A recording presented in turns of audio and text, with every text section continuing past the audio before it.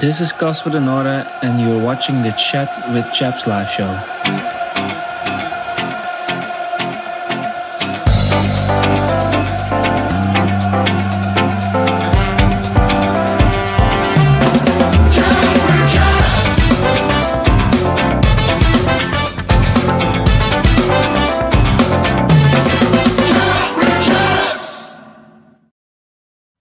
Good evening and welcome to the Chat with Chaps live show. I'm your host, Joe Zampa, and tonight I'm joined by two familiar faces. First of all, this guy's got more stats than Opta, more spreadsheets than Elon Musk, and he can tell you how many corners we had against Rotherham away in 2003. It's a man with a brain like a matchday program. It's Stephen Stato Jones. How you doing, Stephen?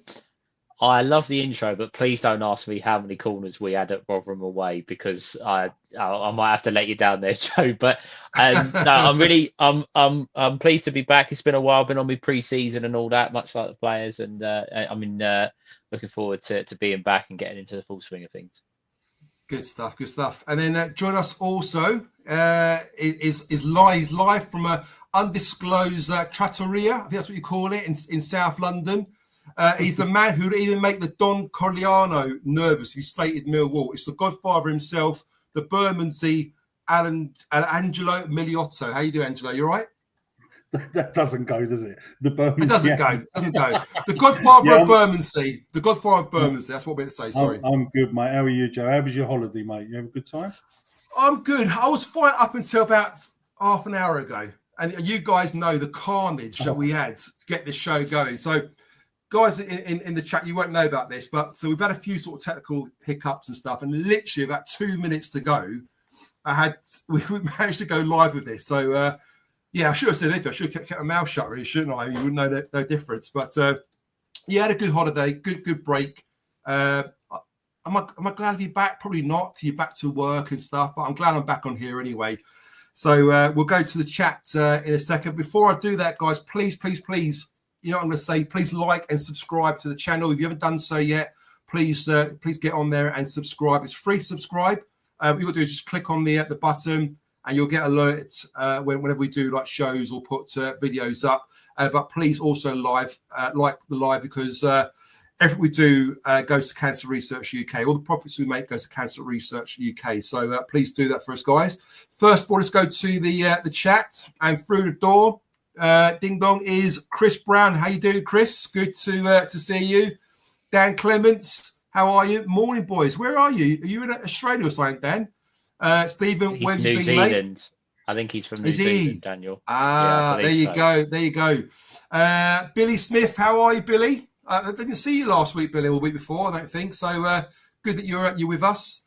Cole, how are you, mate? Good to see you. Sticks, good evening. Mark Lindsay, good evening. Johnny, how are you, mate? Ben the Beaver, evening, how are you? Wall Lion, good to see you. No disco tonight. No, that's a work function. A work disco. Barry, disco is, yeah. Good evening, Barry. Good to see it's at a work disco. Yeah. Scott, good evening. Stephen, has anyone told you that you are a double of Jimmy Abdu? I get it every week, mate. I get it every week. It's uncanny. King, is it King at Cods? Good evening. Good for us to join us. Charlie's Millpage, how are you guys? Hope you're all well. Born free, die free. Good evening. Liam, good evening to yourself. James, good evening. Ollie, good evening. Holidays booked for the first two home games. Hope it's worth it. I hope so as well. There you go, guys. So already we've got 107 of you in the chat. So, guys, please like. Make sure you subscribe. And let's try and get this room filled with a couple hundred more. Right. First of all, guys, before we go any further, I just want to pay a tribute to Matija Sarkic.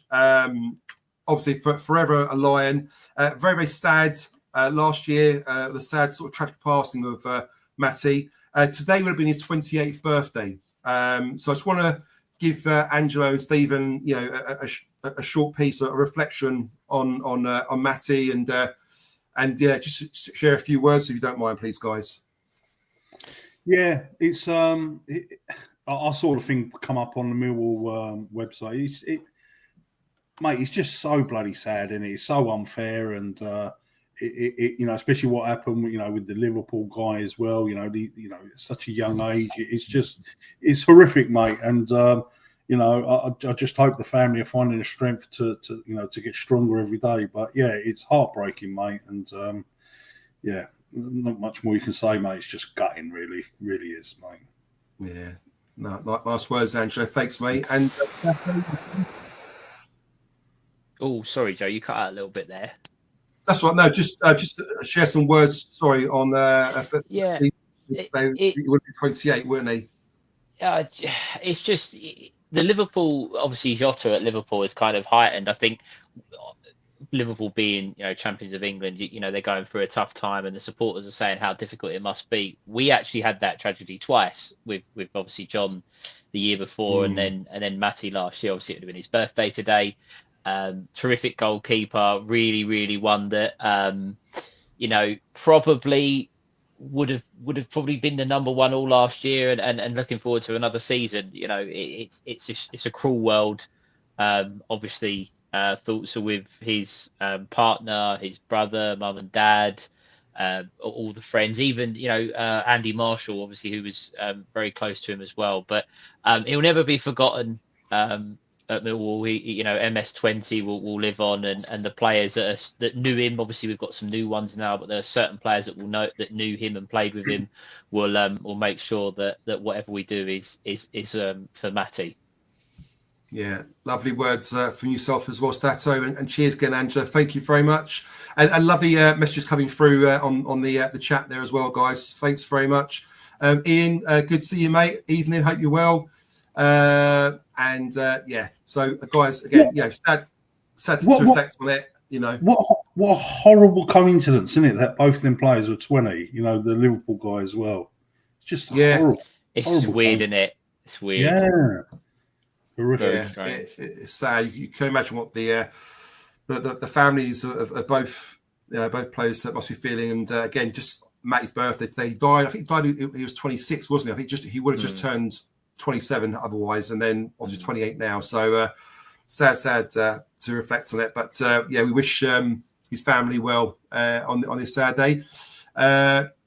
Yes, good to see you guys, Mick and Ian saw last night. A couple of mates of mine there. It's good to see you guys. And evening lead to you as well. Guys, did you go to the game yesterday? I don't know whether I didn't bump into you guys yesterday at the Wimbledon match. Did you two go at all? I know you don't like to go, do you, Angelo? No, I can't bring myself to go to friendlies, although I've been watching them all on the stream. I didn't go, mate. I watched it on the dodgy stick. But good. I know you went, Joe, didn't you, mate? Yeah. Yeah, it was nice goals last night. Very, very, very. You saw the actual game, did you?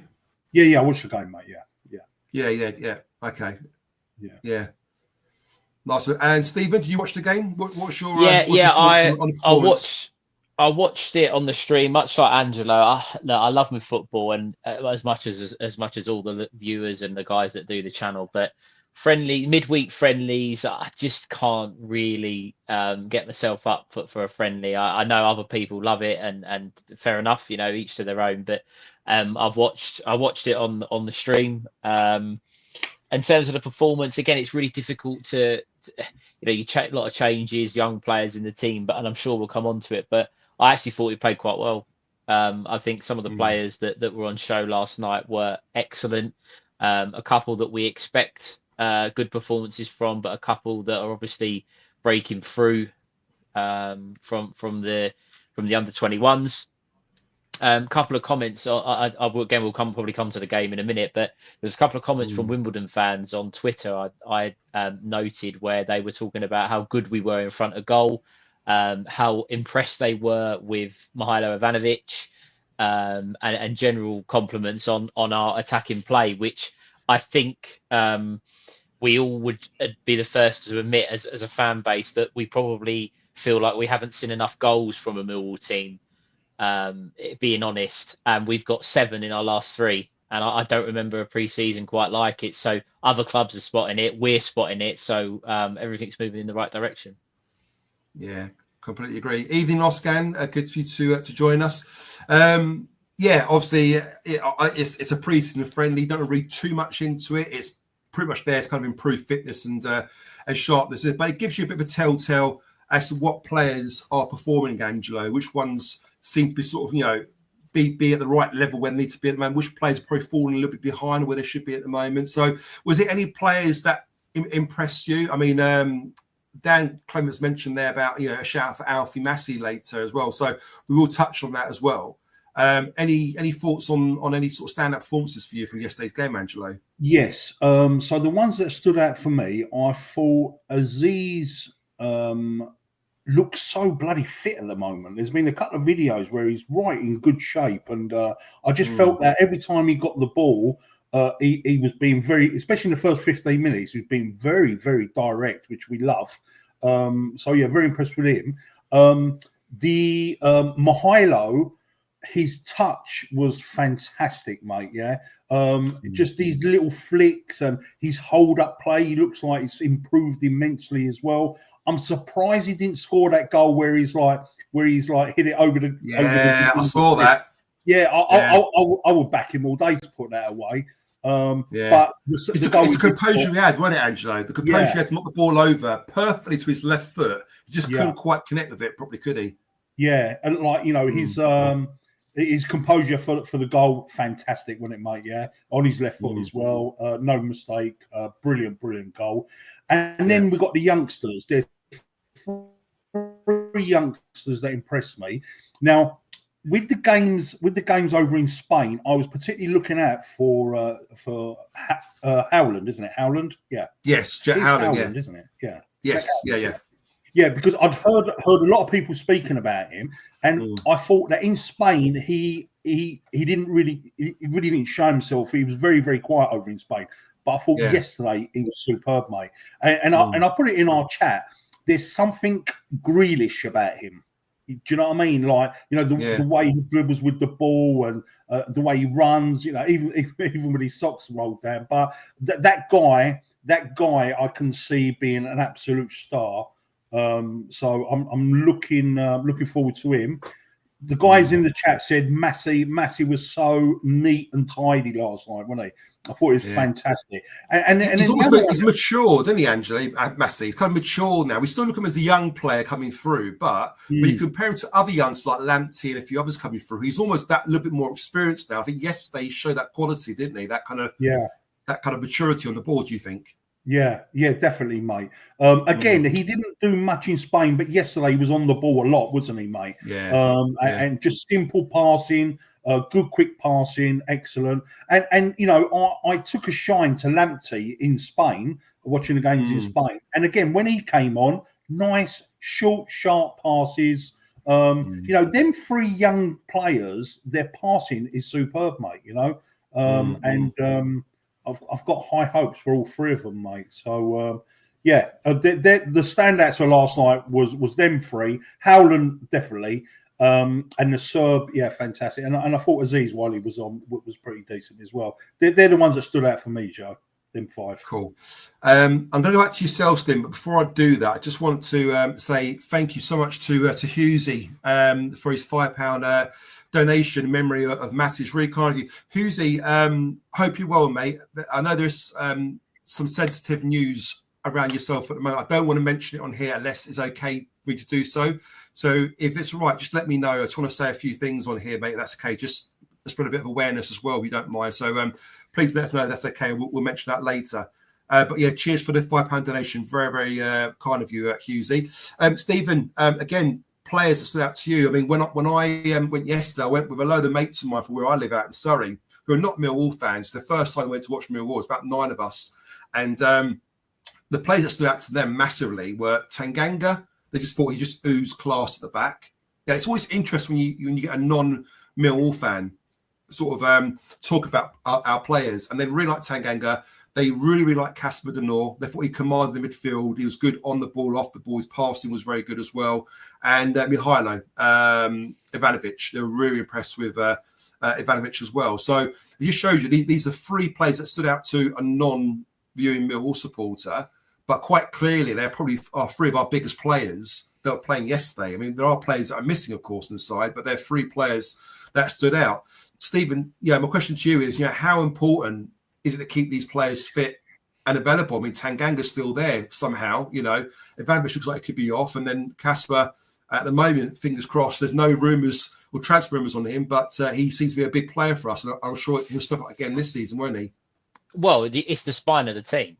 You centre half, you centre midfielder, and you centre forward. It's probably the three, the pillars of a football side, and you add your goalkeeper in there as well, of course. But yeah, I don't think it takes a genius to work out that those three were in the top. They were the top three in the Player of the Season last year. They probably are our three most important players in the positions that they play in. I think Casper De Norre.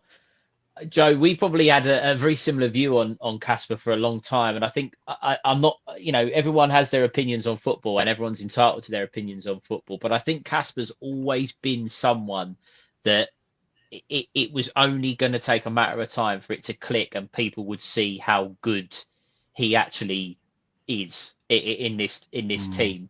Yeah, okay, he does have his off moments, but every footballer does, and that's fine. You have to take the rough with the smooth, but he is so good in the middle. I watching the game last night, just thinking he just needs a partner. He just needs whether it's Massey, whether it's Kelly when we see him, or Luongo if he's going to sign, whoever it is, he just needs a partner with him because he can't do it all on his own. He needs to have someone in there with him, but he absolutely superb. Tanganga, I don't understand why he's still with the football club. I don't want him to leave. Obviously, we're desperate to hold on to our better players. We don't want to lose them. But if the release clause, there's Premier League clubs that, even if they didn't want him as first choice, how you're not putting in an offer, obviously you'd have to agree personal terms and things, but how you're not putting in an offer, I don't know. I did say last year that I think Tanganga perhaps back end of the season wasn't as dominant and as good as he was in the beginning of the season, but he started pre-season very well. He just oozes confidence, doesn't he? And I think he'll be raring to go come the first game. And Mihailo Ivanovic is just... the biggest compliment I think we can all give him is when he first joined the football club, and I know that people will talk about Harris, and I want to try and come away from that and why he didn't play him and this, that, and the other. But when Ivanovic comes to the football club, he was a young kid from Serbia. No one knew nothing about him. He roamed at QPR. He come on and roamed around the pitch. He went flying into a tackle. He didn't really have any experience. He didn't really have the know-how. I'm not saying Neil Harris was right or wrong, but I think he certainly needed to develop. Fast forward 10 months, he is an absolute beast up front. He's Angelo said it earlier. His touch was excellent. His hold-up play was really good. That's not something that we were used to. Coburn was kind of taking that responsibility off of Ivanovic, but he showed last night he could do it. Flicks, took it round the goalkeeper. His goal last night was very similar to his first goal against Derby, where he took it round the keeper on his left foot. He is the striker. I tweeted it last night. He is the striker we have been crying out for, and his improvement and his development in 9 months is absolutely phenomenal. I don't know if we'll be able to keep hold of him long term, but if the club can turn down, if it gets to a point where it's silly money, you have to look at and accept that he's going to go. But if they can just hold firm until September the 1st, I really, really think we will have one of the top goal scorers in the division, and he is capable of getting 20 goals. We say it every season. We hype up players, but Ivanovic is different. He's just different, and everyone can see it. Stephen, can I say something as well on that note, mate? Right, the one criticism we had of Ivanovic last season was he was a little bit too nice, wasn't he? A little bit, nicey. In the friendlies, I've seen him like elbow someone. Oh, he's smashing people. Yeah. Someone on the floor. Even last night. Yeah. He's chucked one geezer on the floor, mate. If he brings that to his game, he is going to be phenomenal, mate. If he can, if he can bring a bit of Mitrovic into him. Exactly. His idol, wow, we're going to have some player on our hands there, mate. Yeah. So what was interesting, there was an offer from Parma, weren't there? And we led to believe it was around about, was it the £8 million mark? I think it was, from memory. And it was turned down by Millwall very quickly. Now, Millwall have basically, as I understand, allegedly has said to Parma, we value Ivanovic around 13.5 million.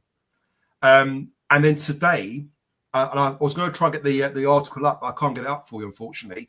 A reporter called Jamie Kemble from LondonWorld.com spotted from an Italian paper called Parma Today that mentioned that Parma are actually now interested in matching Mill's valuation of 13.8 million to prize Ivanovic away. Allegedly, they are, massive fans of Mihailo Parma. I've been watching quite a bit.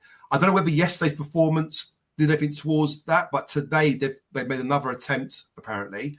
And they're very, very keen to meet Mill's demands. The only thing is they're waiting for the sale of a player called Simon Sohm, Sohm, to pave a way to create the budget to get more money in for them to make a big offer for Mihailo.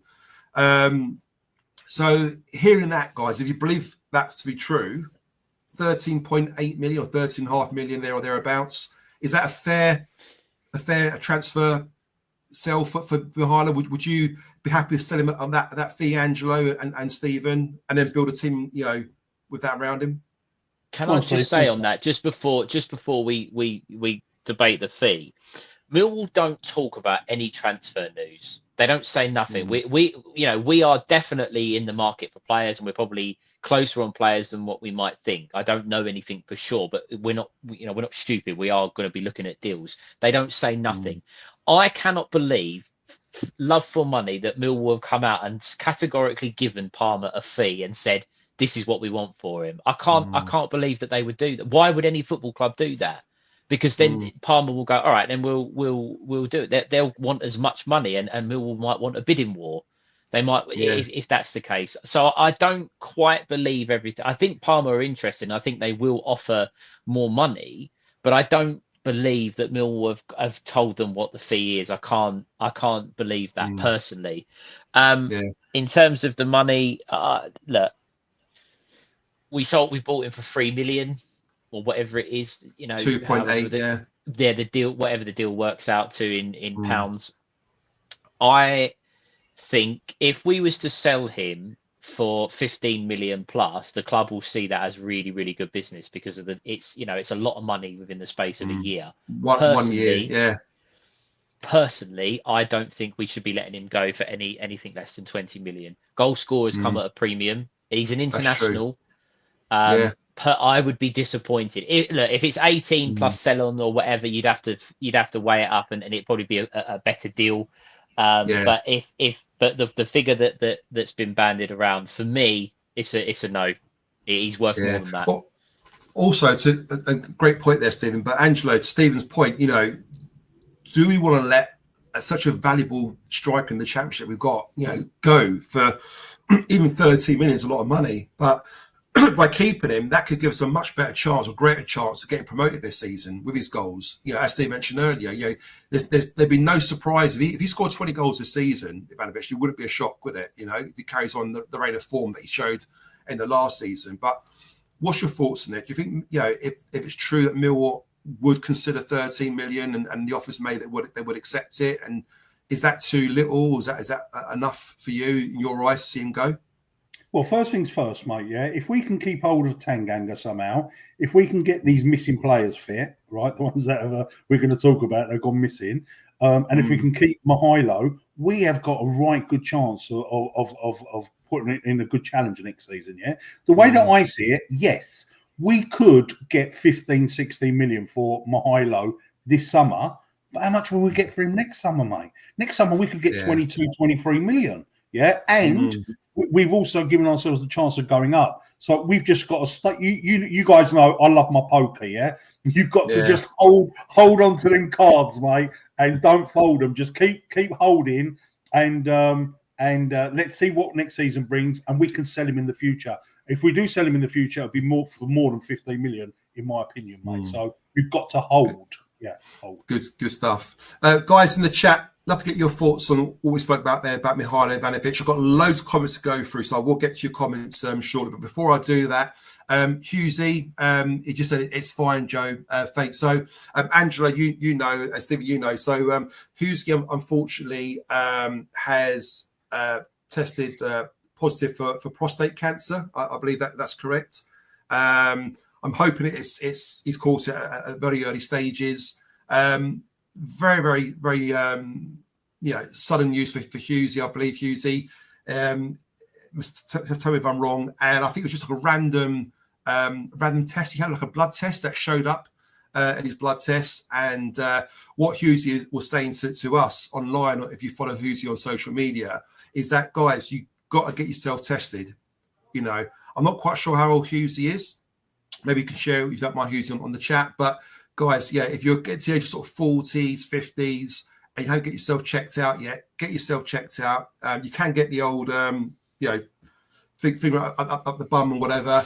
But there's also blood tests you can have done and whatever. You know, it's so important to get yourself checked out, get yourself tested early. So Hughesy, listen, we're all behind you, mate. Keep fighting. And I believe Gary Miles as well. He's usually on here. We watched the recording back. But again, Hughesy, you know, I'm talking about Gary Miles. You spoke to him on social media. He also got diagnosed literally, I think, about a day before Hughesy did. So, guys, we're all part of the Millwall family. We're one big family. We all sit together. We're going to give you loads of strength your ways, guys. And yes, you can get through this. So, just keep positive, mate. Keep doing what you got to do. Yeah. So good luck with that, Hughesy. All the best, Hughesy, mate. All the best. Yeah, all the best. I think just to echo what Joe said, sometimes with the Millwall family, we do these shows. We might not know people personally, but the support that we get from everybody that watches and listens and comments, we really appreciate it. And any news like that from anyone that gives us support, we were talking about it in the group, weren't we? And we kind of say that it's sad when you hear that kind of thing. So I really hope that you, Hughesy, and Gary have managed to catch it at an early stage. And wishing you all the best, mate. As Joe said, we're all in it together, and we're 100% behind you, mate. That's it. So, and also just to add to what Stephen said there, you're not just the Millwall family, it's the Chat with Chats family. You guys, we see you every week on the show. Yeah, whether it's me here, Angelo, Stephen, Disco, Paul, Ben, whoever it might be, Chris. We all know who we are. We all know you guys are as well. So sometimes you need that little bit of strength, that togetherness, don't you? And I'm sure you're going to do well, Hughesy, mate. So just keep fighting, mate. Keep pushing, and I'm sure you'll be fine. So he just said here, I'll be fine. I'm an old git in my 60s and always dodge the digital tests. Get regular blood tests, boys. There you go. You heard it from Hughesy himself. Good stuff. Right, guys. Moving on. Another subject I want to talk about was the performance of Emakhu yesterday.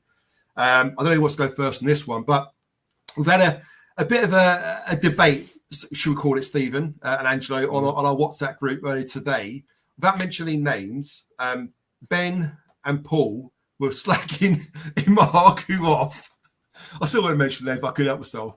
Saying that he's not good enough for the championship, blah, blah, blah, or he's not technically good enough. I, personally, was quite impressed with Emakhu yesterday, watched him live. He come on, he looked lively, he looked bright, he looked positive. He took the player on quite a few times. He put some great balls into the box, had a shot on goal as well, which I thought he was very unlucky with, There is this inconsistency, Angelo, isn't it, with Emakhu, where we've seen what he can do, but so many times we can see the frustration that Alex Neil has in him when he wants him to take on the fullback, be aggressive, be direct, use your pace, use your physicalities, but he's almost too shy against certain fullbacks almost, where he kind of plays a bit cautiously. He tends to play the ball backwards rather than attack that fullback. What's your overall thoughts on Emakhu, Angelo? I think there's only one word, isn't there, mate? Frustrating. Yeah, he is the most frustrating player in the whole squad. Let's get one thing right. I hope that he can do it and he can stay with Millwall. But I'm now starting to have my doubts, because he's been here quite a while now. To be fair to him yesterday, he did get a couple of crosses across in the end, but there was no one in there to finish him off. But is that his fault or is that the striker's fault? Because again, we had this debate on our WhatsApp group earlier, and my argument, I think Phil mentioned as well, that for me, any good winger, a young winger, you're told by your coaching staff, whatever, get that ball in that area, whether it be in the penalty area or in the box. That's what you got to do, and let the striker make the run to get on the end of it. So in some ways, I thought he'd done what he was asked. But then there's the other argument to say, well, he just threw a guest pass in the box, or just threw something in the box. He was actually picking someone out, as such. Yeah, sometimes, Joe, I think it's like more luck than judgment what he does. Do you know what I mean? He does lack composure. He's a bit rash, but there is a player in there. I was messing about on our chat last night. Once upon a time, Atletico Madrid were looking at him. PSV Eindhoven were looking at him. I said, come and get him, give us 5 million and take him away. But all I can say is I like him. There was a couple of times last season he got me off my seat loads of times down at the Den when he kept coming on as substitute.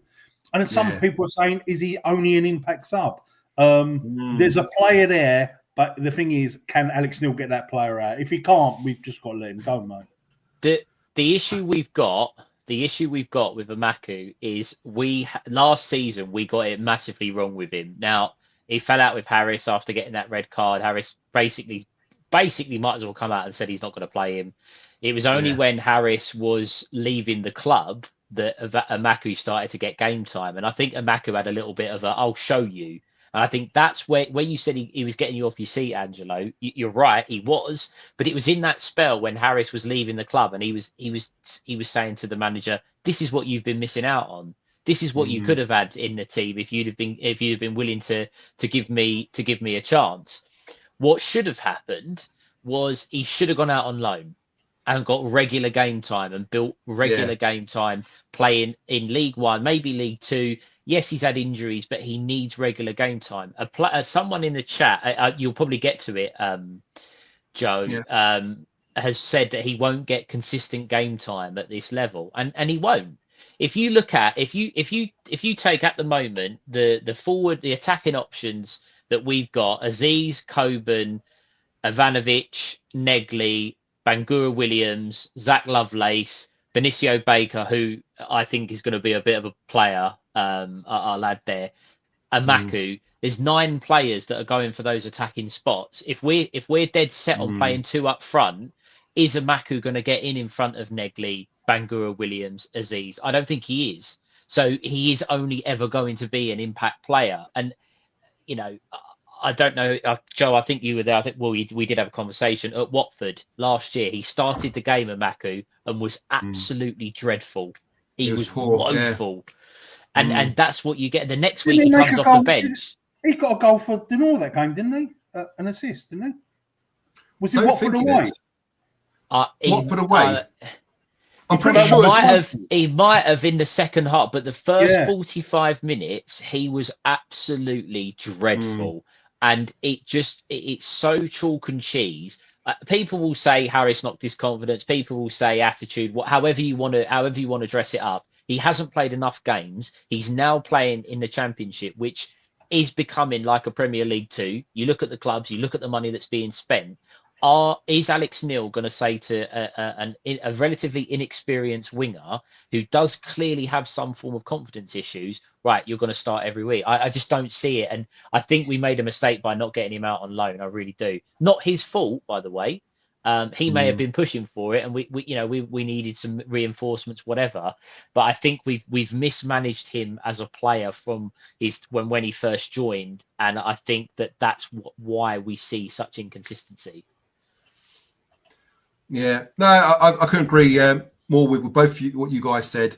Yeah, I mean, you see Alex Neil. He's worked his wonders with a lot of our players, and you can see how he's really kind of improved them and given them confidence, just sort of tweak their game a little bit. And you can see that he's not giving up on Emakhu. I mean, in most games towards the end of last season when he was playing, you can see Alex Neil barking orders, constantly shouting, Idemo, when to press, when to come back, and even in pre-season, because there's no fans there, not many fans for a lot of the games, ones in Spain, you can hear the shouts from Alex Neil, and he's constantly kind of trying to coach him, And for me, last season, I think the biggest frustration was that kind of lack of desire and tenacity and that drive. He kind of backed out of 50-50s a little bit, and he'd be too scared to push the ball past the fullback at times. But like you say, Angelo, there were times last season when he came on as an impact sub and he was fantastic. But I don't know whether that's just psychologically in his head. He's thinking, you know what, I'm up against a real slow defender here or a tired fullback. I'm going to really put the burners on here and go past him. But for some reason, he doesn't seem to want to do that when he starts, does he, Angelo? That's the frustration. It is, mate. It's frustration. There's no other word for the guy, mate. It's frustration. Do you think, and guys in the chat, just let us know, is Emakhu, good enough for the Championship, or is he League One standard? I'd love to get your thoughts on that. Just very much just put, I don't know, you could put League One or Championship or Champs, whatever you want to say, and I'll go through those comments a bit later. But going to yourself first, Andrew, then Stephen, just what's your thoughts on that? Is he up to the level, in your opinion? That's a really difficult one, mate. I think he's like the league between the Champions and League One. If there was a league, I'd sort of like put him in there. Do you know what I mean? He very, very nearly went on loan to Wickham, and maybe in hindsight, it might have been great for him to go and do 4 to 6 and really smash it down there. Yeah, but difficult one, mate. Yeah, and Stephen, yourself?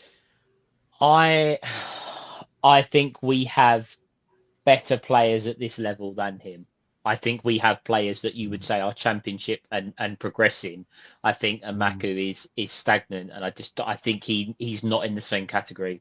That's the best way. I think Angelo's right. He's probably in between, and a loan would have been I think it would have. You'd have got a lot of questions answered, because if he'd have gone away and really developed, he could have come back in full of confidence. He's now still at that unsure, where his future, what lies in his future. Is he going to get the game time that maybe he wants? Like Joe, do you remember when Tyler Bury went to Hartlepool?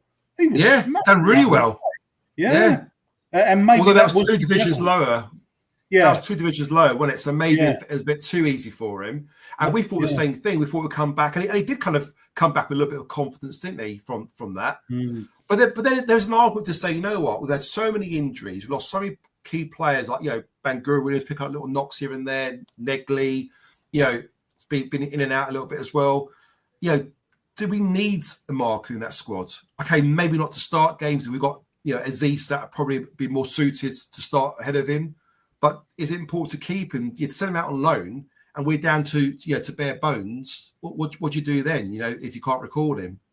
Do you know what? I think because we've had so many players missing, Alex Neil was really, really given a wide scope of players a chance, hasn't he? So I think when we get to the nitty gritty, I think we're going to see if Emakhu is in his plans, mate. Innit? Because when he has to tighten up the numbers, is Emakhu, so I just think that Alex Neil, he just wants to have a look at everybody, every single body that's available, and then slowly he'll make the decisions. Right, you're going to stay in the under-21s, you're going to go back to the 18s, you're going to go out on loan, you're going to sell, and you're in the first team. So it will be very interesting when we get to nitty-gritty if Emakhu is making the squad, mate. Am I right in saying there's more subs this season? Is that right, Stephen? I heard someone saying you could have 9 places for substitutes. Is that right? What was it last season? Was it 7? I thought I thought it was 9 already. Oh, was it? Yeah, if anyone in the chat knows, it'd be good if you can confirm that. Just so very quick in the chat, we've got Dave Clark with League One for Emakhu. Des A suggesting League One for Emakhu as well. Sorry, Joe, to interrupt. It's 9. It's 9. You can have 9 players on the bench. It was that hasn't changed. So 20-man squad for every game. It's a 20-man squad. And then just looking here, 9 substitutes named, 5 allowed to play. It's still you can only have, I think it's 3 windows. You know, like you can only make subs. You can only stop the game at 3 separate points or half time. But yeah, I don't think that's changed, and that is possibly where on that, Angelo, where you're saying that Alex Neil wants to look at players and wants to have a look and see how the squad is looking. If we did have a couple of injury problems, but he's already looked at some of these youngsters, for example, if we go to Norwich and that Howland's on the bench, people are going to go, oh, actually, he looked all right.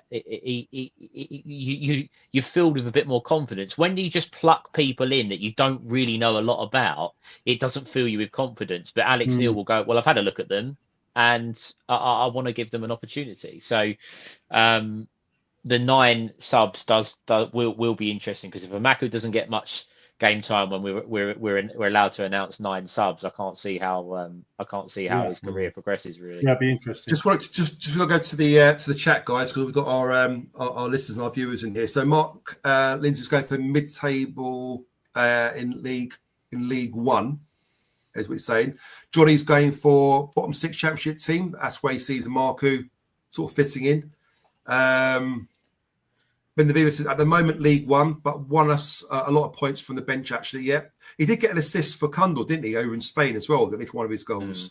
And Derby, he got a sort of assist for Coburn, didn't it, that last-minute winner? That's right. Exactly. Would rather Mayer given a chance, Chris Ballard says. Another bright prospect from Lamptey. We'll talk about Lamptey in a second, Mill Jim. Also, really, really kind of you, John, MFC. Fantastic, mate. I mean, you're so generous, mate. Most weeks you're on here and you're always donating. It's really, really kind. So, hi, chaps. Just in from work. Personally, I think Emakhu isn't quite there. Yeah, that seems the general consensus, John, between all of us. Hope you had a nice holiday in Portugal, John. Obviously, back from work now. Back to the land of the living again. But cheers, mate, for the kind donation. Again, everything we make on this channel goes to Cancer Research UK. So that's really generous of you, John. Thank you so much. Mill Jim said good impact sub. So it's a real sort of general consensus. A lot of people here are saying that they don't think Emakhu is quite the level where it needs to be a championship. But look, you know what? Prove us wrong, Emakhu. You know, if you're here or your family or your friends are watching this, you know, we want you to succeed. We want you to do well. We know you can do it. You show us you can do it, but just do it consistently. Do it from the start, not just as an impact sub, because we would love, you know, nothing better more to have a player like you who's going to, like as Andy said, get you off your seats and bring some goals and some assists to Millwall. So I think. Sorry, Joe. Just on that, and maybe we can talk about this player, and I know which way this conversation is going to go, but he almost feels like he's in the same category as Macaulay Langstaff. That I think I was going to bring up him next, actually, but good point. Yeah, it's sort of you. There's a willingness for players. There's certain players that you really want to do well.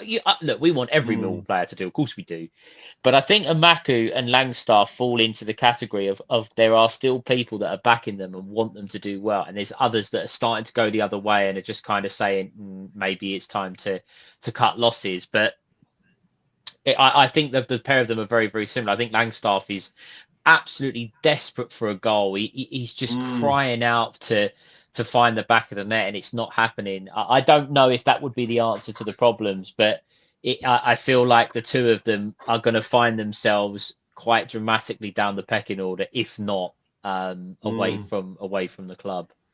Yeah, good point. So, and can I talk about Langstaff now? Yeah, I was going to say, that's my next topic of discussion, really. We talked about Emakhu. The next subject was Langstaff. Obviously, we've seen a little bit of him pre-season. We see what he did last season. What's your thoughts? I mean, do we keep him? Do we sell him? Again, in the chat, be as honest as you can. Keep or sell. Just put it in there. Keep or sell. Go on, Angela. Well, the interesting thing, mate, I think apart from Cooper, I think he's played the most minutes, hasn't he, in pre-season? Macaulay Langstaff has been playing literally every single game, isn't he? I mean, he's a fit guy, isn't he, Angelo? There's no question of doubt about his fitness, his desire, his willingness to run and put a shift in. But just technically, I mean, that chance in Spain where he done everything right, cut the ball onto his right foot, and that shot. I mean, Jesus, like I think even Stephen could have put that one away. Do you know what, mate? At the beginning of you're pre-season, so I was in the camp. Yeah, at the beginning of pre-season, I was in the camp of let's cut our losses and try and get some of our money back. Yeah. But I have seen so much effort from him in the pre-season games. So maybe watch this space. Yes, he's had a couple of opportunities in Spain and put them way over the bar. He had one shot yesterday, I think, straight at the keeper. But I'm seeing lots and lots and lots of effort. So yeah, if he carries on putting that kind of effort in with a bit more coaching from Alex Neil, let's see what he can do. So I'm taking him off the transfer list for a couple of months, Joe. Steve, coming to you next, as Rob T says, he's 28 years old. He's not like a young, promising player anymore. Will he get much better from this point? Probably not. Like I said, every time I've seen him, I've never ever questioned his desire, Stephen. I never questioned, his morals. He works hard. He can see he wants to win. He wants to sort of do well. But just technically, as a striker, the number one thing you got to do is score goals. If you're a striker, and if you can't do that, and we know he has done it in lower divisions, but you can't put it away in the Championship. You could run as much as you want, but are you deserving of a place in our side, Stephen? Joe, sorry, Steve. Joe, you was there last night, right? Did you? Yeah. I thought Langstaff was almost playing like that Harry Kane role where you drop down deep and get the ball and then start. He was asked to drop into the 10. Yeah. It's almost like he was playing a different role, mate. But what he does this thing where he does pick up the ball in the 10 area. He tends to do this quite often in previous games. He'll run to the ball, and then rather than play an early pass, he runs with it and he keeps it, and he keeps running with it, and he delays it. It's almost like two delayed when he releases the ball. And that's another frustration. And when I see him do that time and time again, I'm then questioning again, is he good enough for the Championship? Because I'm watching. I felt like Alex Neil was trying something different with him. Maybe he's thinking, right, let's try and find a better position for him, because obviously we got, he's not going to play up front in front of the Serb or Coburn. So maybe he's trying to find a little position that he can mould him into. Maybe that's what he was doing. I don't know, mate. I don't know. Maybe, I will say, though, he did look like he was playing in the 10. But again, Negley is a number 10. Bangura Williams is a number 10. Kundal has been playing in the number 10. Whether you think he is or not is another matter. And perhaps that's for another show. None of them were in the squad. Well, Kundal was on the bench, but none of them were in the first team last night. We had to play someone in the 10, and that's probably why. But again, he doesn't get in front of Ivanovic in the number 9 position. He's not going to get in, certainly not in front of, I think, Bangura Williams and Negley in the number 10. I think last night was the case of we needed someone to play there, and he was suited for that role. I just think with Langstaff, you say it all the time, don't you? You hear it all the time. Strikers just need a goal. I don't know if one goal would be enough to really kickstart him. I think it would take a lot of weight off of his shoulders, and I'd love him to get one. Even if it was coming off the bench, say at Norwich or Middlesbrough, whoever, wherever it comes along, to come off the bench and get a goal and just take that pressure off of him. But I don't think that's going to be enough to kickstart a Championship campaign. And I said it earlier about Emakhu, to Angelo's point about the subs. If we've got 9 subs on the bench, and you've got, if you look at the squad is available, is Langstaff going to be the one that they're going to turn to get a goal? I just don't. I don't think there's that confidence in him. And just going back to Joe was talking about the login problems that we had earlier. He's now kicked me off of an admin to stop me showing his miss at the Den. None of this 1 in 2 goal return and all that. That miss doesn't exist, Stephen. We can't see it. It hasn't happened, has it? Maybe, Joe. Evening. Maybe if we're going off of your 1 in 2, maybe you can get Macaulay Langstaff in for some extra sessions, and you can teach him how to put the ball in the back of the net. I'll happily show him how it's done. But a couple of guys did make comparisons between him and also Nisbet, which is my next question as well. So Nisbet's been injured. We haven't seen him in pre-season. I don't think he even travelled in Spain, did he? From the sounds of it. But Alex Neil, every time Alex Neil was asked a question, whether it be, through the club or through journals, whatever, he always says the same thing, that he wants to give, Nisbet a chance to show what he can do. And he wants to make it work.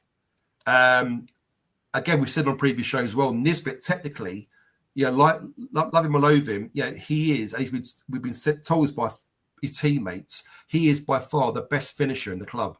In training, everything he's bearing in top corners, bottom corners, he's the best finisher in the club. So we've yet to see that side of him at the moment, but he hasn't worked under Alex Neil. Now, them being Scottish may play a part in that relationship and get the best out of Nisbet. What's your thoughts on that, Stephen? I mean, are you willing to give Nisbet a chance to sort of see him play a couple of games and maybe play a start of the season, or do you want to move him on now and recoup some of that money we paid for him? I would rather have Nisbet than Langstaff, first of all. Personally. Yeah, me too. I will say that I think I'm actually really disappointed that he went to Scotland. He by his own admission, he looked as fit. He was fitter. He was taking it seriously. He compared to, really do you remember the pre-season with us? We had a bit of a belly on him, didn't he? Do you remember that the season before? Yeah, completely different. He looked proper trim and banging in goals and getting all the plaudits up in Scotland. He's come back to us and got injured. You can put that down to a number of things. Is it the facilities? Is there something wrong with the training ground, which is why they're putting some money into it, etc., etc.? But I can't. I'm disappointed with Nisbet. I really thought he would come back and want to really prove a point. And the fact that he's got injured, okay, it might not necessarily be his fault. It's just very, very disappointing. I do think there is a player in there. I do think there's a finisher in there. I don't think, he comes with a reputation of being one of the better finishers at the club, if not the best. I just think that we've got to make that decision very, very soon. If Alex Neil and him can work it out and sort out what his role is going to be, great. If not, sack him off. Stephen, have you re-signed for the Millwall Romans this season? No, nothing. Hey, listen, there's nothing wrong with the Millwall Romans. If that's what, that's up to them. People do whatever they want, but that's not a bit of me. No. Just a couple of comments here, guys. And I'll come to you next on the Nisbet one, Angelo. But Jeff Cook said, the thing is, Joe, Langstaff does know how to find the net. I still maintain that if he got a run in the team, he'll start scoring.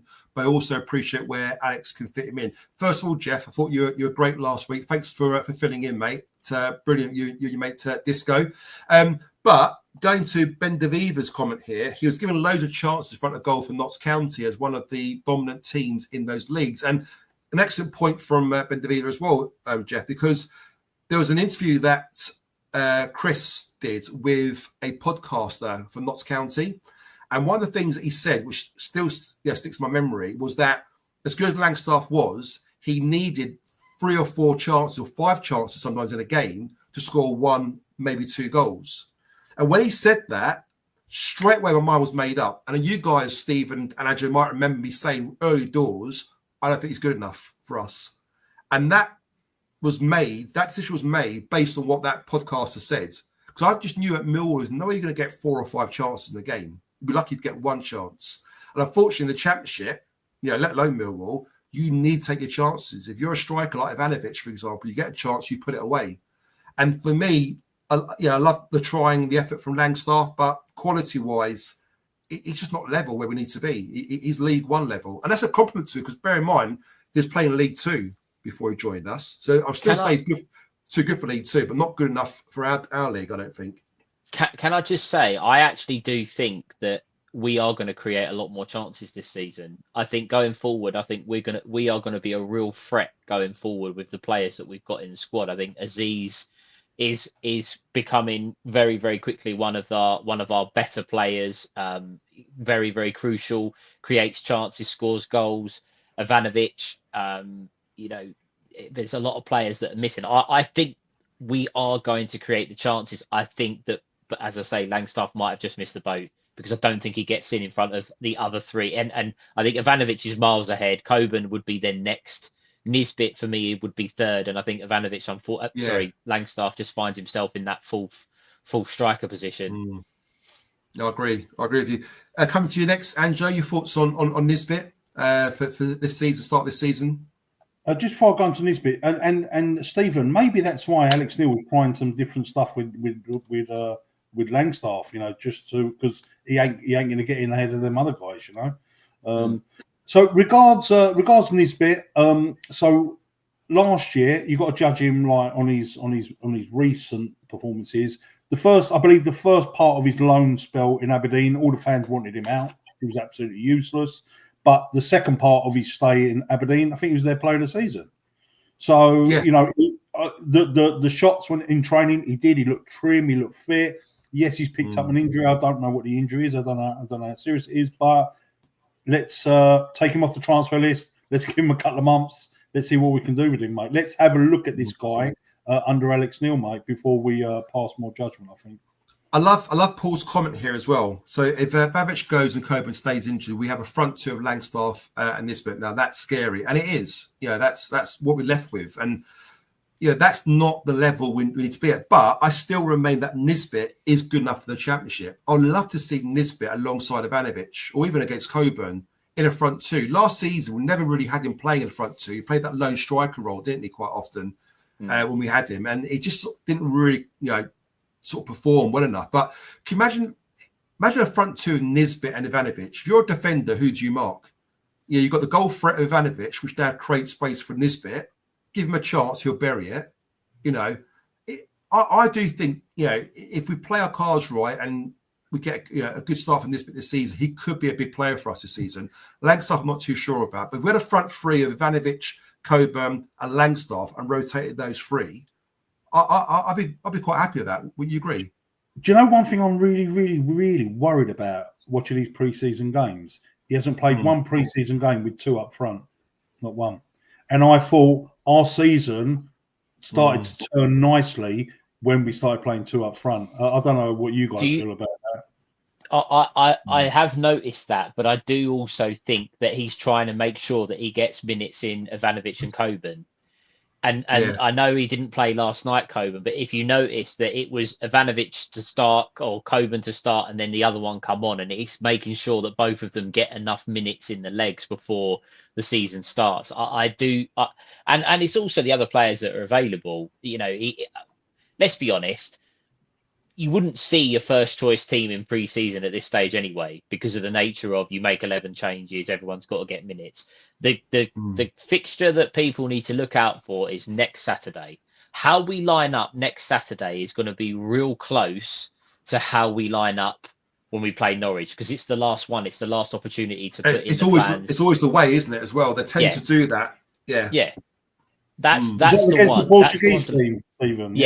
Yeah, that's the one to look at. I mean, you can't blame Alex Neil necessarily for the fact that Negley and Bangura Williams haven't been able to play. Obviously, if they're fit, they might get in. But whatever the system and however we line up, that's how we'll line up against Norwich. It'll just be what personnel might come in. I mean, if they do stick with the one up front, and to Simon Ambler's point here, a fit RBW would make a scary number 10 and put the shits up on the opposition defenders. I mean, I've always said from day dot, I would love to see Bangura Williams given that opportunity to play in a 10. Now, he's had the little cameos in there during games when he has started for us last season or played in certain games. He hasn't really a long period, but when he has played in those roles, he looks very, very effective.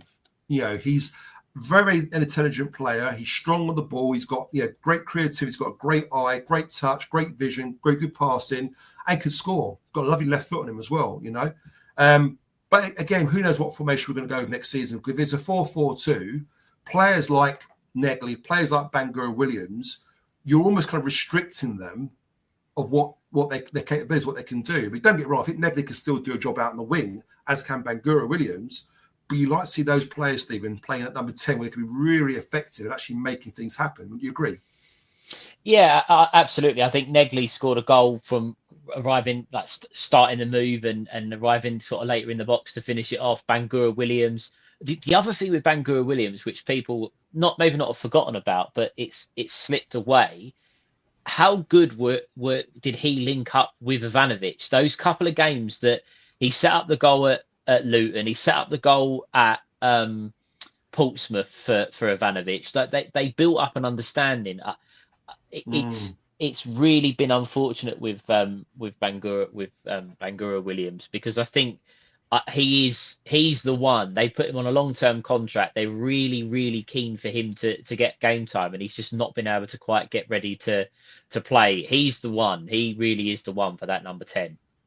For me, that's what I think. That's what, if we're going to go with one up front, he's the one that's going to be the supplier. If we go 2 up front, they'll have to find ways of managing him and getting him in the team. But I think we've certainly got a plan A and a plan B, which we haven't always had in the past. Yeah.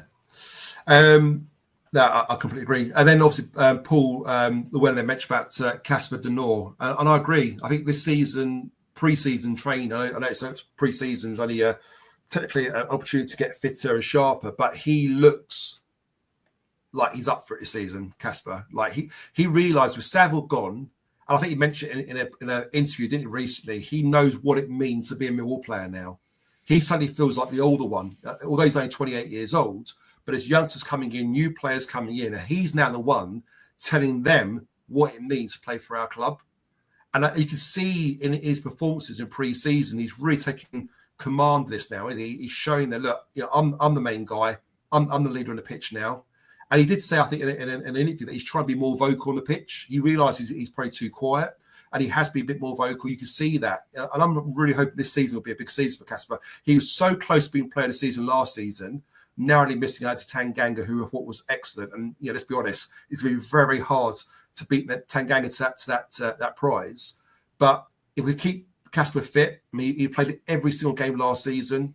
If we could do something similar this season, what big player, Stephen, would it be for us this season going forward, in your opinion? I voted for Casper. I think he should have won it. I think he was consistent for the whole 46 games. Me too.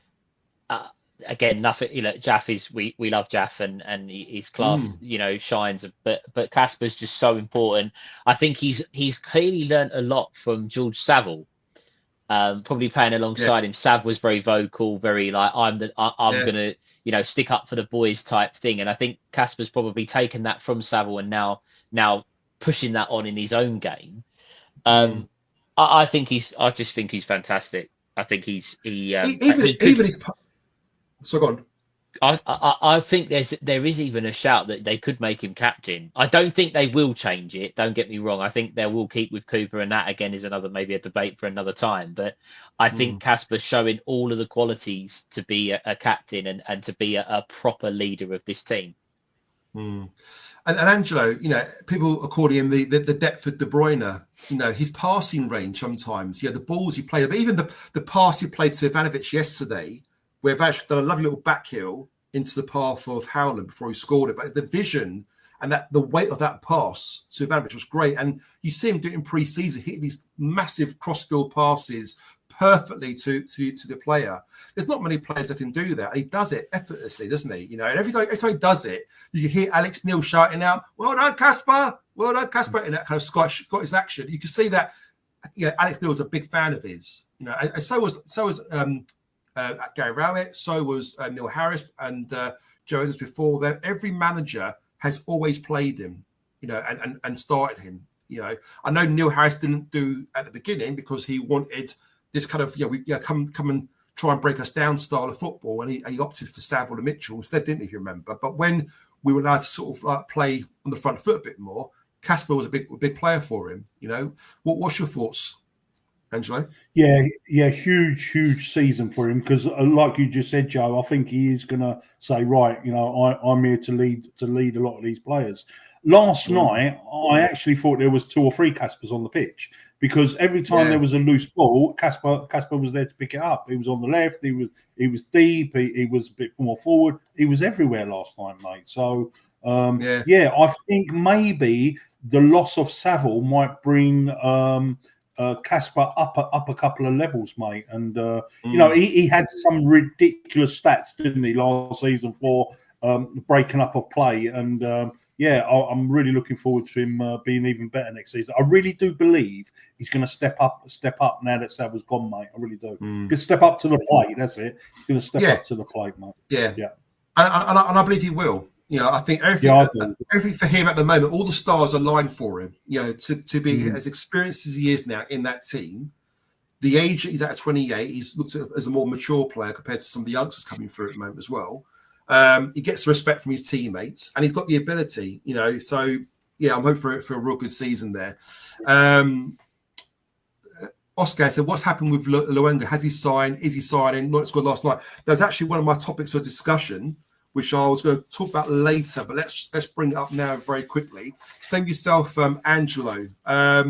So Massimo Luongo played in both games in Spain. In your opinion, how did he look? I mean, is he worth signing? I believe he's 30? Is he 32? Is he 32 years of age? I mean, does he bring that right balance of experience and quality that's needed with such a young squad we've got at the moment, in your opinion? Yeah, I think because of his experience with going up with Ipswich, and so many other fans speak so highly of him. I would give him a season. I'd give him a season contract at Millwall, not to start every single game, but to be around the squad, to play the odd game, come on as a sub to close off some games with his experience. Like what Saville done last season, do you think, Angelo? Yeah, a bit like what Saville done last season. Yeah. You know, there was a few people saying he didn't look mega fit, but nice, tidy passes. You know, I'd give him a year, mate. I'd give him a year. Yeah. Coming to you next, Stephen. Before we come to you, guys, in the chat, very, very quick one. Sign or pass in the chat. So should we sign him or pass on him? It'd be interesting to get your thoughts on him. 32 years of age, clearly a very, very experienced guy. Played 15 times, Stephen, last season, I believe, for Ipswich in the Premier League, although there might be bit parts here and there. But what's your thoughts on what you've seen of Massipo? Speaking to a couple of Millwall players, without naming names, just to let you know, they speak very, very highly of him. Their words were, he's a good guy. A good guy. They liked him in the changing room. They thought he was a good player. Obviously, we've seen that he's not quite ready or quite fit enough yet, but they've certainly given their backing to him, Stephen. So what's your thoughts on him? If it's led to believe that, Saville and Honeyman turned down offers that were derogatory or not very good, shall we say, without knowing the full details, if the rumours are led to be true. If Luongo has come in and happy to accept perhaps a bit part role as the experience head on lesser wages, then I think there's no harm in signing him. He's clearly not one for the future. It'd be just to make sure that there's enough experience in the camp and leaders, if you will, at this time. But I think it's a bit of it'd be a sign that if we get it over the line, it'd be like, well, we need experience. It's probably not one that's going to get anyone off of their seat, but not every signing can do that. So yeah, I've got no issue with it, providing, as I say, he's happy to play a bit part role and not on a fair chunk. Which if he's out of contract at Ipswich, he's not going to be earning any money. So he may be happy to accept lesser terms than what others would. Yeah. No, I agree there. Danny, we did touch on Howland earlier. I believe it was Angelo who mentioned about Howland being this kind of street type footballer, very kind of laid back, the way he works, quite raw, but technically you can see he's kind of gifted, isn't he, Howland? Oh yeah, I think so. I think I think there's a lot of skill there, mate, and he's so young that slowly. He look, again, I'll say it again. It looks a bit like Jack Grealish to me. He's got them sort of strengths. So yeah, looking that kind of almost that kind of not arrogance. What do you call it? Just that kind of confidence in your ability. Swagger. Swagger. There you go. Swagger. That's what I was looking for. Swagger. Yeah. I think it's also. Sorry, Joe. On the thing with Howland, I'm not going to confess to know that much about him. I saw what I saw last night, like everyone else did, and thought he played very, very well. Took his goal excellently well as well. But I think it really goes to show just how important Scott Fitzgerald and the two lads, Paul Robinson as well. Yeah, Paul Robinson and the two and Nugent. as well. There's a couple that do the 23s or 21s or 18s. That there's two. They've got two managers, haven't they? It's kind of a combined role at that level. Is it Chris Perry? Chris Perry does the under 18 thing. Yeah, and there's one other that Larry. Yeah.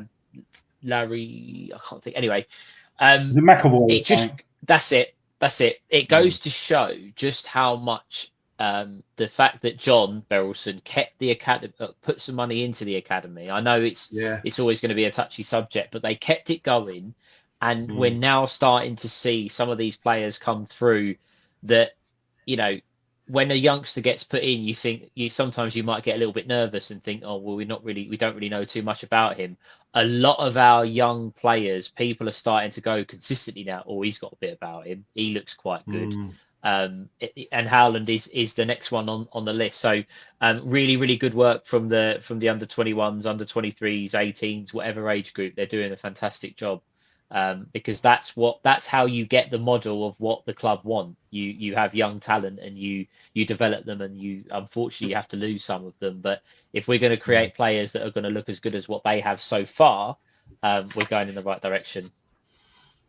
Yeah, nice one. Cheers for that, Stephen. And there's thank you very much. So 122 of you watching the live at the moment, only 34 likes. So guys, you know what to do. If you're watching now, just click on the back to the YouTube or scroll where it is. So click on the like button.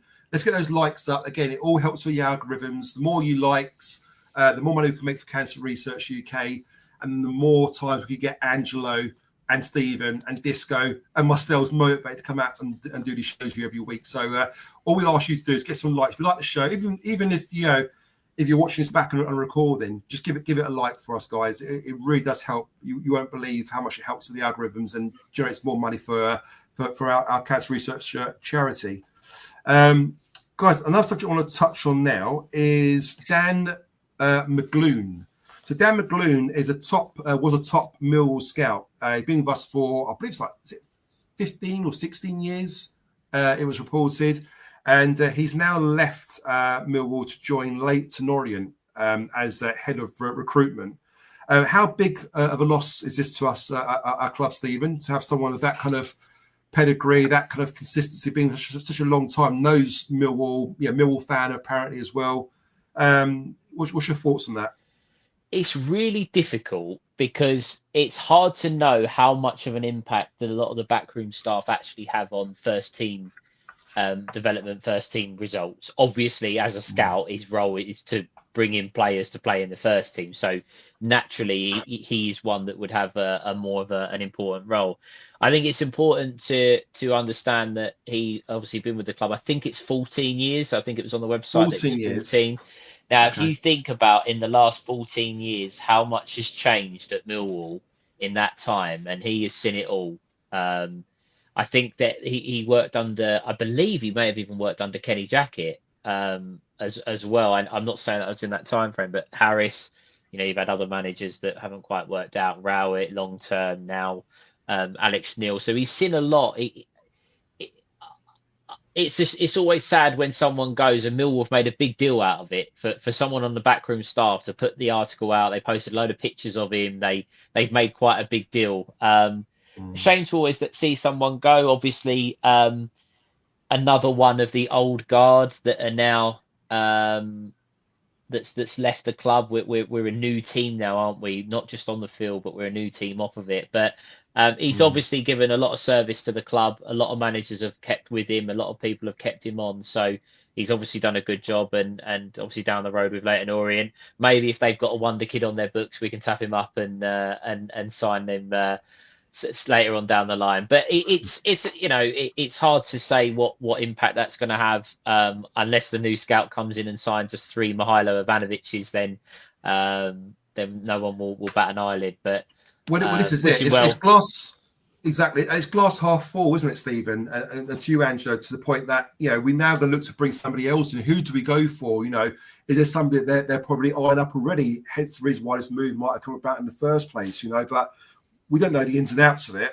But here's an opportunity to bring somebody in. It might be somebody who's a friend of Gannon, maybe from previous clubs or whatever. But it's an important position to get right, isn't it, Angelo? To get this head of the scouting team set up,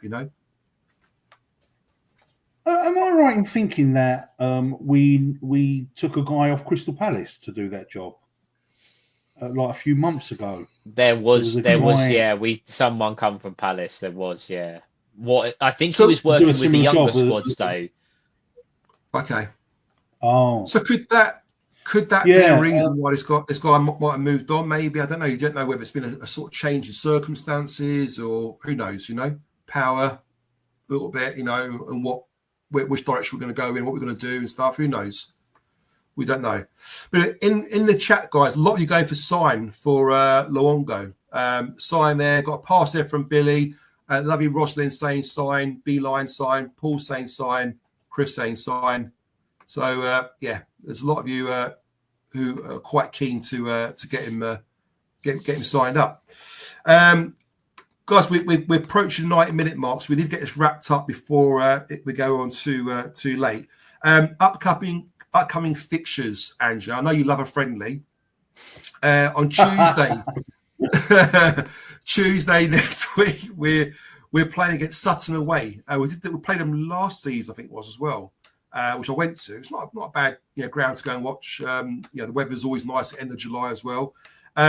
What's your thoughts and what do you want to see from the squad? Is there any sort of fringe players or youth players that you want to see get more minutes, Angelo? Have we not got a game on Saturday against Bromley? We do have a game on Saturday against Bromley. Oh, is it? So it's Bromley then Sutton, isn't it? Yeah, sorry, I think it's Bromley Saturday. Yeah, mate, listen, I know my friendlies, mate, Yes, I think it's Bromley Saturday, I think Sutton Tuesday, then the Portuguese team on Saturday, and then off we go. That's it. Running, yeah. What I would like to see, Joe, what I'd like to see is I'd like to see RBW, I'd like to see Negley, I'd like to see Nisbet, I'd like to see Billy Mitchell, I'd like to see the mysterious Dan Kelly. I want to see some of these players that have gone missing. Your title. Where are they all? Where are they, Joe? Hopefully they'll appear in. Exactly. I mean, Jesus Christ! And Dan Kelly, I haven't seen him for since the start of the season. I think he played a few little appearances for us early doors, and that was it. We ain't seen him since, have we? Apparently he's done really well for the under-21s, but never really got a look into the main team. And then he's been injured, I think, isn't he? From the sounds of it, for some time last season. Injured again now. It sounds like a lot of our players just end up with lots of niggly injuries, isn't it? It's like, but that's small ones. Yeah, that's all I'm hoping, mate. I'm hoping to see some of these players that we haven't seen, Joe. I'm sure that the whole fan base is hoping for that as well. But we'll see. There you go. Sign B, saying you're right there, Angelo. What you're saying? Well, the Crystal Palace scout guy, yeah. I think about the preseason friendlies, about the players who you want to see and all that. Yeah. Okay. Yeah. That's what I want to see, Joe, mate. Obviously it's all about getting minutes in the legs, but let's see some of our first teamers, mate, that have not showed their faces yet. And that there was I don't know if you watched the Millwall TV interview with Alex Neil after the Wimbledon game. He says we're in the market for players. Will we see some players arrive before Saturday? Exactly. You never know. Billy Smith said a long way off, Joe, but my wife's going Sheffield Wednesday away. She was asking if you'll be going. I don't know yet. That's my honest answer. I don't know yet. But if I do go, I'd love to meet you and your missus and say hello. So moving swiftly on to yourself, Stephen. What are you hoping for in the next couple of games of pre-season?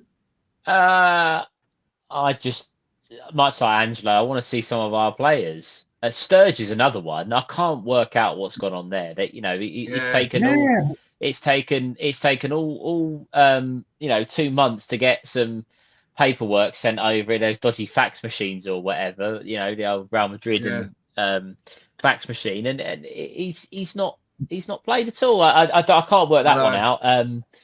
Joe Bryan as well. I think Bryan is a bit of a miss at the moment because I think he gives us that real stability with the left foot. I think Leonard did all right last night and will cover for that position. But we certainly would like to see some of those players. I would I don't pay too much attention to the results, and I want to see us play well, and I want to see our players improving. And last night I thought I saw that in Casper and Ivanovic, and you just want to see that next step. Are we working towards playing more minutes? Are we seeing the patterns of play and what we're going to be looking to do? So it'd be nice to see a couple of the other players. I must admit, I don't know if we will. I think maybe they throw them straight into a game if they've only just started training. If they have all started training, I'm not too sure. But if there was one player that I really would like to see back in the team is Kamil Negli. I don't think we've seen the best of him, but I really think there's a player in there. We just need to get him over whatever these knocks are, and it'd be great to see him fit and ready to go.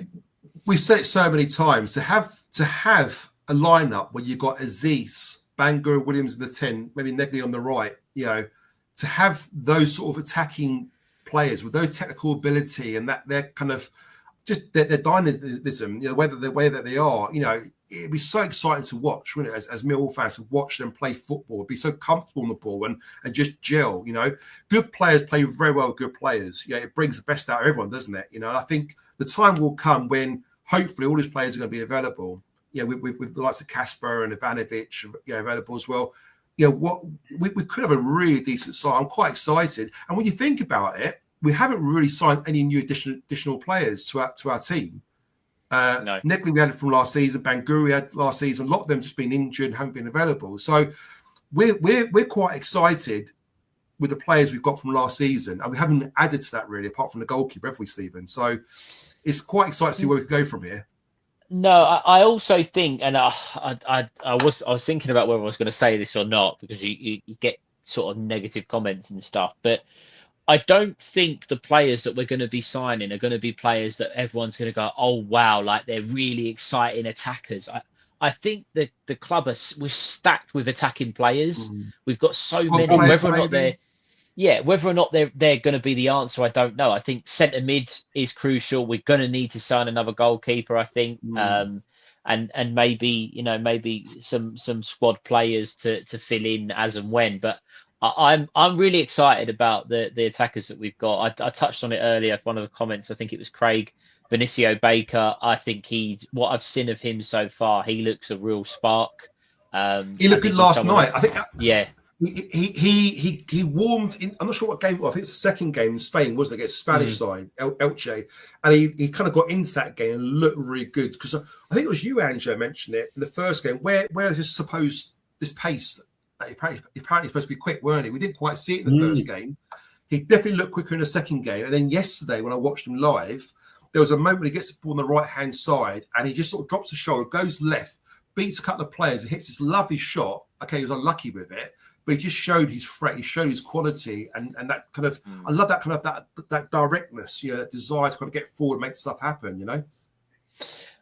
Yeah, I think I genuinely think we made a big thing about the last transfer window. We signed all these players. Would they be any good? We haven't seen many of them. I think we will start to see them, and I really think we'll have some very, very good. Dare I say? I think we'll score goals this season. Defensively and another midfielder we might need strengthening and having a look at who's going to play and how are we going to persist with Crammer at right back and things like that need to be ironed out. But I think going forward, I'm excited about who we've got in the team and the players that we've got, providing we can hold on to the main man in the number 9. Yeah. Excellent. Okay. Just to wrap things up now, guys. Do we know there's any injury news at the moment? Any updates? We're hearing that Coburn's going to be training tomorrow. I believe back in training tomorrow. I think Race Bangura Williams, I think he's coming back as well to training again. I'm not quite sure on Nisbet and a few of the others. Have you heard any rumours, Angelo or Stephen, on that front? Or even the chat guys, if you heard anything, let us know. Didn't he mention Billy Mitchell was going to start training as well? Yes, he mentioned Billy that was Mitchell, it. That was what it was, Billy Mitchell as well. You're right. Yeah, exactly. Yeah. So, and mate, I was so excited about Lovelace, and I have no idea what's happened to this guy. I know. I was so excited we got him. Another player that got injured, weren't he, when we signed him? Yeah. There was a rumor that last night Lovelace was at Wimbledon. The ground he was, and yeah. I think he. Sorry, Joe. He was talking to a couple of supporters and said that he'd be in and around the first team within 2 weeks. Right. Okay. So what that looks like, whether or not he's going to be ready to go for the first game, that might be pushing it. But I actually think Lovelace is one they've really got high hopes for without really giving too much away. I'm always a believer in that it's very difficult to re-sign for a club if you make the decision to leave them, and clearly something's happened behind the scenes that they've wanted to get him back. So I think they've got high hopes for him. Whether or not that's going to be false hope or he's going to be the exciting prospect we think, but he's certainly one that's going to get an opportunity. Yeah, Joe. I think I was listening to a show. I wasn't on the show, and I think I was listening to it. And I'm pretty sure it was with you and Disco, and you had the conversation about some fans were upset because he left us. You know, why should we accept him back? Blah, yeah, blah, yeah. Blah. Remember that? Yeah. Like, I remember that. I thought to myself, when I thought about that, the kid was only 15 or 16. It was never his decision to leave Millwall. It was always the parents' decision. Do you know what I mean? So you can't have a go. We always thought that, didn't we? Exactly. And it sounded like the kid. The kid.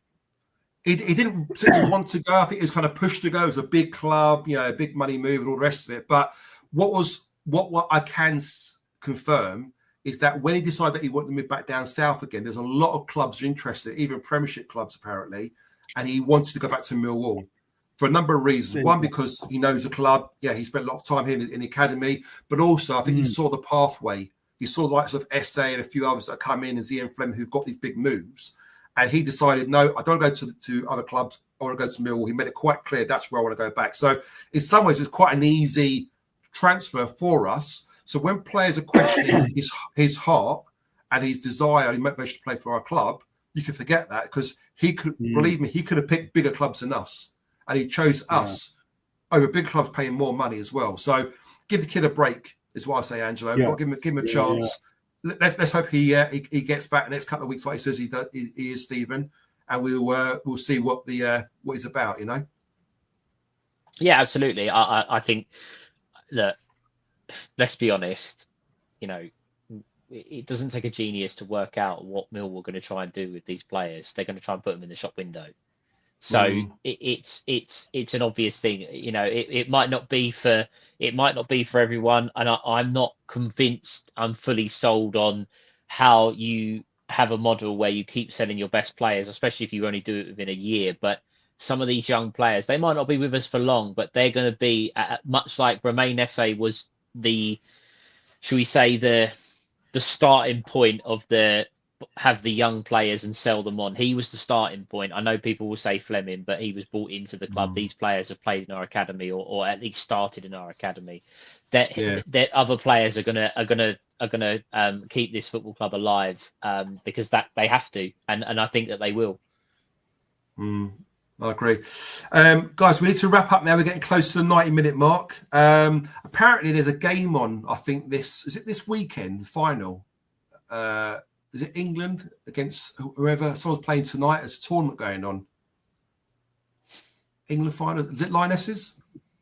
When is it? It's the ladies. Yes, it is, Joe. Is it? What? I'm not taking the piss. I'm just. I've got to admit, after the Millwall game finished last night, I did watch it, and it was quite entertaining. To be fair, I quite enjoyed it. I'll be honest with you, I had no interest in this tournament whatsoever until I watched England versus Sweden, and I was hooked. That Swedish team, I was shocked. But no, it's give them credit. I love their fight and desire. I have watched a couple of their games. I'll be honest with you. I do like them to do well. I hope they do really well. Lionesses in the chat very, very quickly, guys. Lionesses, are you in or are you out for that? Are you watching that or are you not? Put it in the chat very quickly. What are you about, Angelo? You watching it the final? Yeah, I'll probably watch the final, mate. Yeah, I actually do like that. Is it Chloe Kelly, the one who scored the penalty, the rebound? Chloe Kelly, yeah. I think she's quite cool. Like the way she celebrated was really cool. There's something about her that she's cool. She's a cool girl. Yeah, I like her. So Angelo likes the young blonde girl. Yeah, that's what we're saying. He does. He likes that's what we're saying. Yeah. He likes to celebrate. And then I might sound like a bit of a fanboy here, but I've got to know a few of the players. So there's Lauren Hemp on the left wing. She looks really good. Russo, I think her name is, the striker. She looks really good. And then you got Reece James's sister, Lauren James, who looks like a really, really good player. She's quite laid back in her approach. You want to see her sort of work a little bit harder, but ability-wise, she looks quality. Can I also say, obviously, my blood is Italian, yeah? But, I class myself as English. I was born here. I support England. If England play Italy, I want England to win, yeah? But, obviously, I've got a soft spot for Italy, yeah? What the hell was that kit that Italy were playing in last night? What was that kit? It was like a goalkeeper kit, wasn't it? Where was the traditional, either white top, blue shorts, or the blue top and white shorts? That's how it should be, exactly. Billy Smith said, "I'll watch it. They swap shirts, Joe." See that, Angelo? Billy's comment. Billy's comment. They do actually take their tops off, don't they? They do sometimes. Yeah. So we do women's football now. We're in injury time. We're in injury time, Chris. We've just lost all our viewers. We're down to 2 now in the chat. No, look, that's it. So look, I mean, in a day, it's England, isn't it? Representing England, fair play. Let's hope they go and win it. What I don't like is when they start saying, "Oh, we're going to bring it home. It's coming home." It ain't coming home. You could win the final 5-0. Trust me, it hasn't come home yet. You've got to wait a little bit longer. I appreciate your enthusiasm. We need to change the subject looking at these comments, mate. I'll be watching Culture Club at Blackheath Festival on Sunday evening rather than watching the Lionesses. So if anyone's at Blackheath Festival and are not watching the Lionesses, come and join us. Come and say hello. Yeah. It's not. Where's the unlike button? I must admit, I'm as patriotic as I want England to win anything and everything they do. I don't watch all sports, but if there's someone English at the top of their game, then I want them to do well. But for me, I can't. It's not the same. People that say that it is, it's not. But I always want England to do well. So if they do win on Sunday, it's great for England. That's it. Okay, guys, we're going to wrap up now. So Bromley Saturday, you going, Angelo? No, I'll watch it on the phone, mate. Stephen, you going? No, I can't do cricket season, unfortunately. So I'm playing cricket on Saturday. Okay. You going, Joe? So I can't. You didn't even know it was on. I didn't know. No, you know what it was? I'm going to a christening and then a wedding reception on Saturday, so I'm fully booked. So I can't go to watch if I wanted to. I was trying to find a way, but I can't do it. But we'll go to Sutton. That's why Sutton's in my head anyway. But look, Angelo, last words from you before we wrap up. Anything you want to say before we say goodbye? Yeah. Nice show, great show. Thanks for the feedback from all our viewers. Always great to obviously have them join in. One thing I would like to say, I'm not a great watcher of the Premier League. I'm not a big fan of it, but I am looking forward to seeing how Zian Fleming does next season. I'm quite interested to see how he does next season. Yeah, and also. I think the first league game is on Sky next Friday, which is League One, and it's Luton. And it'd be interesting to see if Saville starts as well, mate. So be interested to see how Saville does for Luton as well. Apparently, he's been playing quite well in pre-season. A lot of their fans would say they're quite happy with him. Apparently so. Yeah, he's been doing quite well. Fan view of the away kit. Very quick one. Yes or no, Angelo? Yeah, I like it. Yeah, I like it. Yeah, I like it. You, Stephen? It's classy. Yeah. Classy. Love it. Good. Do we want to get into the colour thing again like last time? Oh, well, the old pearl necklace. You see that with Disco's pearl necklace, yeah. He said it's on a go because it's the pearl, the colour, isn't it? But Stephen, anything you want to say before we wrap up? No, I just, it's ramping up now towards the season. Obviously, thanks to the listeners, obviously the content will be, I think, thick and fast, and getting lots ready for the new season. We'll be ready to go. And yeah, I think there'll be, by the time we do another show, I don't know anything for sure, but by the time we do our next live show, obviously next week, I reckon we'll have a new signing in the door. Let's hope so. I really do hope so. Right, that is it, guys. Thank you so much for giving up your time so generously this evening, as always. Really do appreciate it, guys. You in the chat, thank you so much for being with us as always. Again, we say it every week. If it wasn't for you, we wouldn't be doing this every Tuesday at 7 p.m. Although today is obviously Wednesday, but if middleweight play, it'd be on a Tuesday. Thank you so much. And guys, look, let's hope we get a couple of good signings in. The future looks really good at the moment, and I'm hoping we can sort of get a couple of additions in our squads that'll make a big difference and really give us a chance to challenge going forward next season. So thanks for coming with us. Again, please like the show. If you haven't done so already, please give it a like. It really does help us, guys. Thank you so much. And we will see you next week. So from us, see you, and bye for now. See you later, guys. Hi, it's Steve Morrison here, and you're listening to Chat with Chaps, chatting Millwall, come rain or shine.